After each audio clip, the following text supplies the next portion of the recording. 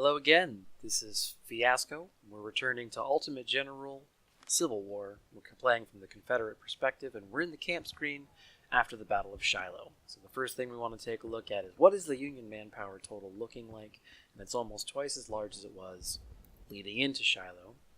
And the next thing we're going to go ahead and do is take a look at how large my army has to grow towards.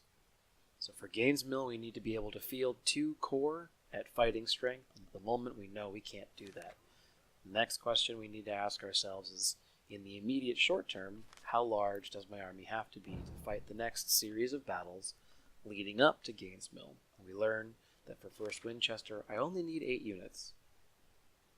Now, the army that we have here can easily field 8 units.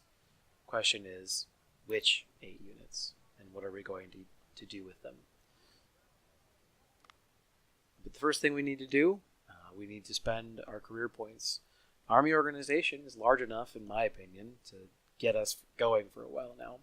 And it's important to pick up some of the second skills. I briefly debate politics, which gives you just a flat increase of income and soldiers gained, but instead decide to put those points into medicine. Medicine functions as sort of free soldiers or free replacements, and it takes the figure of soldiers who would be wounded in a unit at the end of a battle, and it gives you X% of them, whatever your medicine skill is. It gives you X% of them back, essentially. So it preserves not only the soldier, which would cost you whatever it costs to purchase a veteran, because it's a veteran soldier, but it also preserves the weapon. Now, weapons, theoretically, you could recover, but it's not a guaranteed thing. I briefly debate picking up the scoped Whitworth with reputation, but ultimately decide not to do so. And instead we're working on bulking up the army as it exists going into the Gaines Mill campaign. 3rd Infantry picked up a very small 1-point bump in its efficiency score.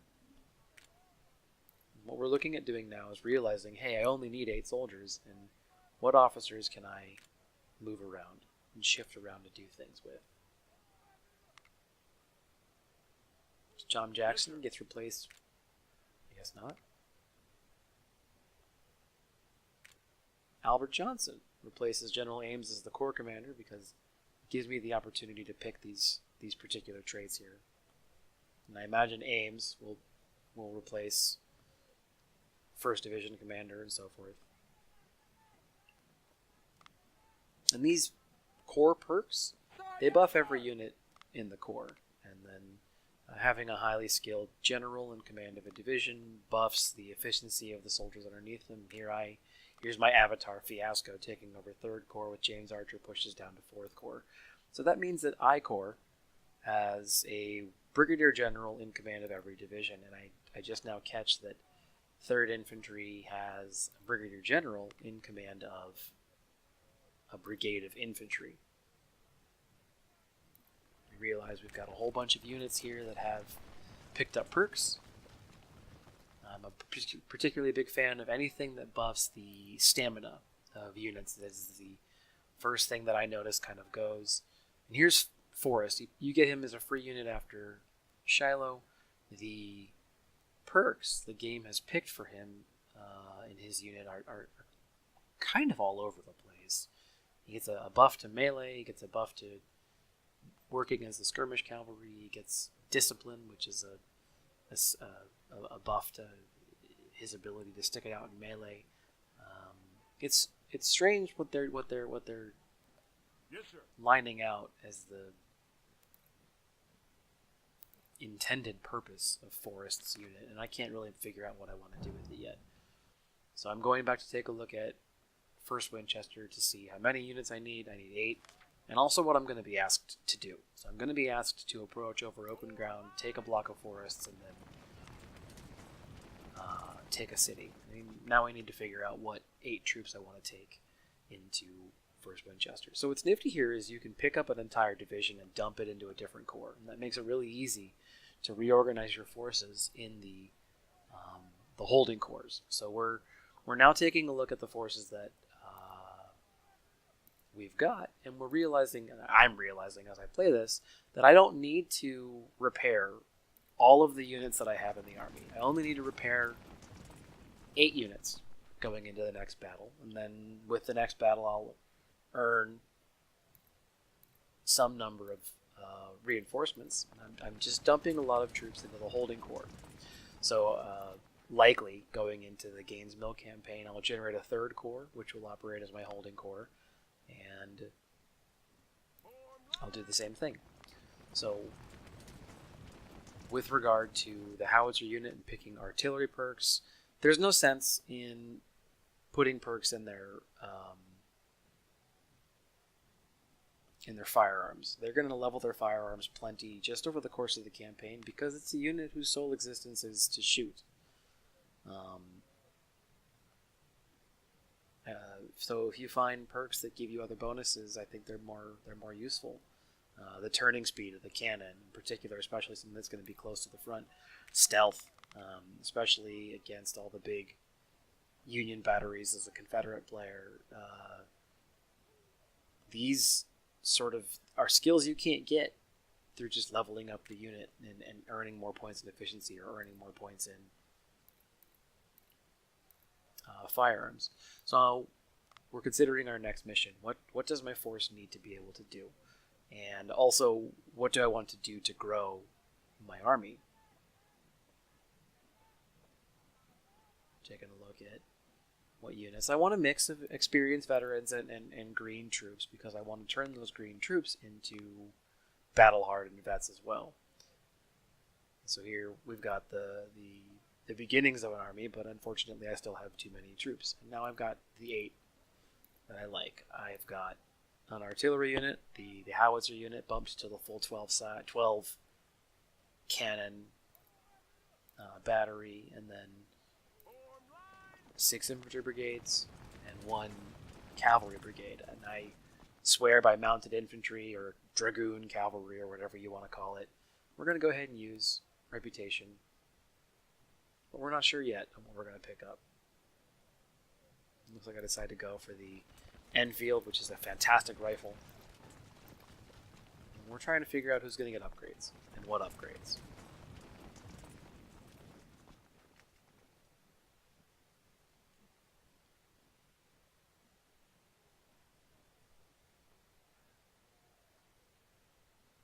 And then we're going to take care of some pretty standard bookkeeping kind of things.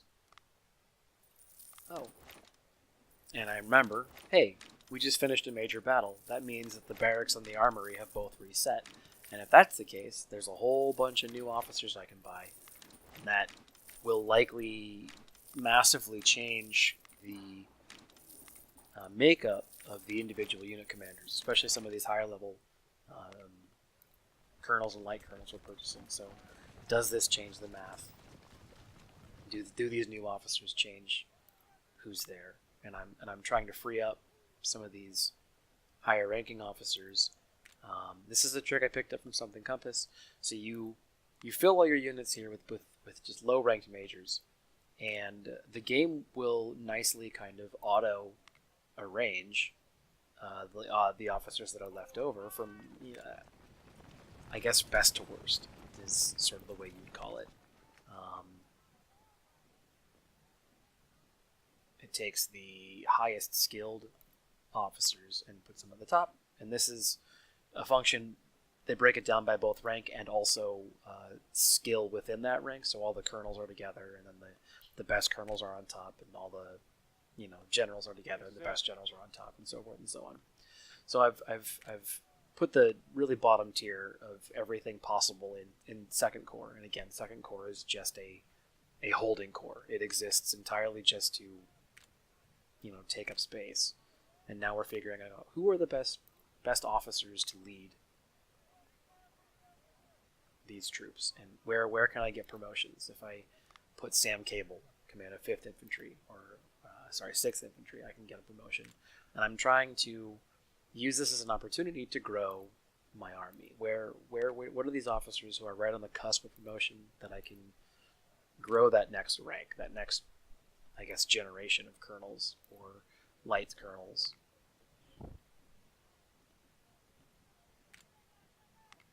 Is this the best officer to lead this division going into the battle? and those sorts of questions. In my army, if we were to go back and imagine this being a sort of an RPG or a simulation of that era, officers would have very high turnover. I don't think that we would have very high turnover of officers dying in the course of battle, but we'd have very high turnover of officers in the course of they wouldn't be in a unit for very long. And I remember that I've got a bunch of these Enfields I just bought with reputations. So now we got to figure out who gets them. Historically, or at least of course through this playthrough, the Lorenz units have had the highest efficiency and as a result also the highest efficacy with weapons. So it seems likely or logical that they would get the best weapon that I've currently got access to, and then obviously that gives me a crop of 2,000 Lorenzes I can pass down to a new unit. So we update the moniker for 2nd Infantry, Enfield 41. That's their weapon and their efficiency. And I'll go ahead and do that throughout the rest of the units too. So there's 2,000 Lorenzes, I can push them down. They need to go somewhere.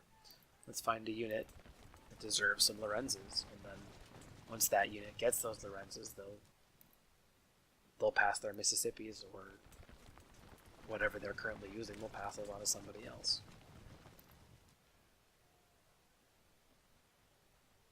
So here we go. 8th Infantry performed very well in the last battle, and in terms of efficiency, despite being a relatively young or new unit, is performing as well in terms of efficiency as 2nd Infantry. The unit has been with me since the beginning of the war, so they get the Lorenzes, despite 6th or 5th being relatively newer units. We have some veterans here in the 2nd Corps holding area, but they're not going to bring them. And again, part of this is I want a mix of vets and I want a mix of new units. So I popped into 2nd Corps to take good rifles and to bring them into this battle. I want to make sure that I compound as much as I can any material and skill advantage I have, and make sure that in individual fights the best units are bringing the best weapons possible so that I can minimize casualties on my side and, more importantly, maximize casualties on the enemy side. We're still going to use plenty of 42s, plenty of Springfield 42s, probably long into the war. This Springfield 42 will be serving with the Confederate Army until the late game. It'll go to new units, it'll go to fresh units, it'll go to units that I have the expectation will work as brawlers and that kind of thing. We have 1st Mounted Infantry. We're going to go ahead and bulk them back up. Cavalry and artillery, these are the only units wherein I will typically use veterans, and I will just use the weapons that I've captured. So I've got free guns, and I'm buying soldiers, or not. Maybe I've decided I want to upgrade. Let's take a look at what is possible. Yes, sir. Nope, I guess not. So we've got 330 of these Sharps Model 1855. It is not an exceptional carbine, especially as we get into the middle part of the war, but it's perfectly functional, gets the job done. Especially, we're still relatively early in the war, and the 1855 carbine is a great weapon. And that's a big unit of cavalry. They're gonna be a big, beefy, healthy unit of cavalry. We have a pretty good force here to attack 1st Winchesters. 6 infantry brigades, 3 of them are relatively fresh, new, I guess you could say. And now we're making sure that all of the rifles are in 1 brigade, and all of the division. All the smoothbores are in another division, and we are prepared to go to 1st Winchester. Thanks for watching. This has been Fiasco, and I'm signing out. We'll see you there.